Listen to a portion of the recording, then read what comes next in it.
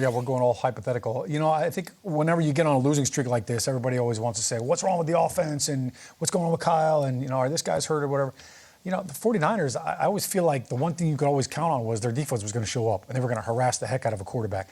And I don't feel like I've seen that. So I think that the question is if they don't find a way to get to Trevor Lawrence, if they don't find a way to slow down Travis Etienne, all of a sudden the defense is going to start getting some question marks and some questionable looks from the offense too. The Minnesota Vikings game, like they had zero pass rush, zero pressure on the quarterback. And then to give up 31 points to the Bengals, you know, look, it's not something I would have expected from this defense. I expect more. I don't think we will be talking about them winning 4 straight, but I think it will be because the defense will step up. Bosa's got 3 sacks on the season. Like, we're talking about him as Defensive Player of the Year with 3 sacks. Get the sacks up. Like, let's go. Get some production. Get it going. Okay. What do you think, Leaf? Yeah, there's something to be said about, you know, with the CBA and not having practices and holding out. I don't care what greater shape you stay in. If you don't have those reps in practice, it's just not the same when you're on the football field there for Nick Bosa. All right, so for me, you can't dismiss that the San Francisco 49ers team was who they were for those first 4 weeks of the season, okay? They were dominant. Why? Because they were healthy. The NFL is long, an arduous journey, okay? You have to be lucky as well as good. And when you don't get lucky and you have injuries that affect you, that's a problem. Trent Williams is gone. Deebo Samuel's been out. Brock Purdy, for as much as people have talked about him, got banged up in that Minnesota game, and I didn't feel like was that quite right. The defensive side of it, for me, they gave Joe Burrow his groove back, essentially. You know, they're giving quarterbacks that feel right now because the defense isn't what they used to be. So this is a big game for the San Francisco 49ers. If they don't win it, it's not the end of the world. Let's not panic. They're playing in a division where only the Seattle Seahawks are their only competition, okay? That's still going to keep them in it. 3 of these 4 losses would have been on the road if that were to take place. At home is going to be good confines for them to move forward. Leaf, I'm going to put you on the spot. Do you know the line for this game? San Francisco's favored by 3. Why? I have no idea. What's going on here? My answer to the question, I have to kind of break the segment.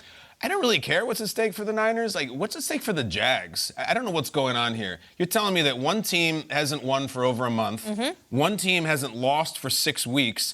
Not only are the Niners favored, like, we're bending over backwards to say, what does this loss mean for the Niners? What would this win mean for the Jaguars? Yep. Is it because the Niners are coming off a bye and we haven't seen them in a while? So are the Jags. They're healthy. They haven't lost since September.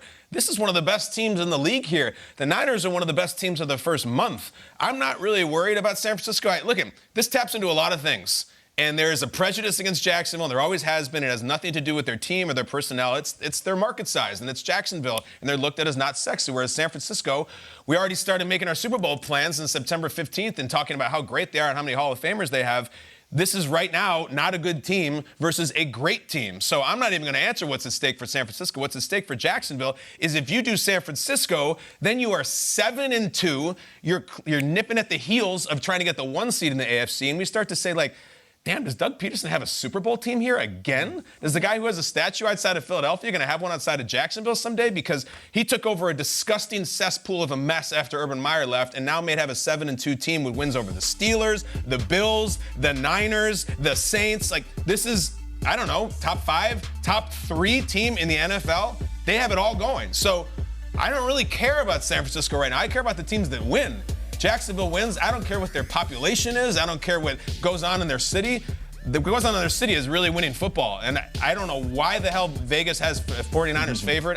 Listen, you guys work in different ways, and you're usually right. I would never go with San Francisco on this. Jacksonville has all the momentum, and I think they'll win the game. And it's in Jacksonville. The 49ers are going on the road after a bye.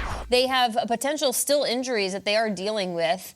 On the flip side, Kyle, to your point with the Jaguars, offense has been great. They've been productive. The defense has also been shut down. And a lot of that has to come at the hands of a guy who just wishes they would get his name right and know who they're talking about when they say Josh Allen of the Jacksonville Jaguars. Yeah, I would argue the defense has been the most impressive part of this team because the offense at times has been stagnant. You look at the opportunity against the Saints. They could have put them away much differently. They get the big touchdown at the end. But Josh Allen has quietly kind of moved up the Defensive Player of the Year rankings, and everybody is so young on that defense, but they play with a ton of inspiring football for their teammates, and that's the biggest part in this, their ability. They went to Pittsburgh where no one gave them a chance, and they dominated, okay? This football team is good. Whatever London does to the Jacksonville Jaguars, I don't know if it's in the water, they went there a year ago, come back, wow. This year, again, they were struggling a little bit, losses to Houston and Kansas City at home, and instead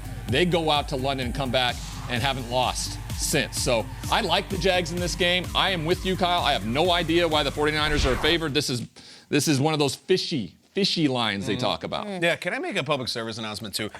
When we talk about Josh Allen of the Jaguars, you don't have to reference that he has the same name as the Bills quarterback. You don't have to make a joke about it. We've done it for years. He is his own man. He is his own player. You can't even Google the guy. You Google him, a million things come up about the Bills quarterback and the Bills quarterback background and the Bills quarterback girlfriend. I want to know about the 7th overall pick in 2019. It's fine. I know. I don't care if his middle name is Mahomes. I don't care. It's Josh Allen of the Jaguars, 7th overall pick. He's probably played better than the other Josh Allen this year. Yes. He's on a better team right now. So I don't care that he has the same name. It was cute when he was drafted. Stop joking about that. It's over. And they He's beat his him. own man. And they beat him. Josh Allen of the Jaguars. He's playing for some money, too. So if you remember, he's a fifth-year guy. They picked up his option last year, the Jaguars did. Josh Allen opted to not participate in the Jags OTAs in the spring, and it was tried to be made out to be a story. He told us when we were in London, he was like, I just needed to have my alone time in Arizona, train his behind off, and come back, and he has completely changed his body. He's doing things totally differently, and you're seeing it on the field as well. And then the media eventually in Jacksonville started to come out and say, this is a non-story. We don't have to buy into this. So he's a totally different person, and the Jaguars are better for it.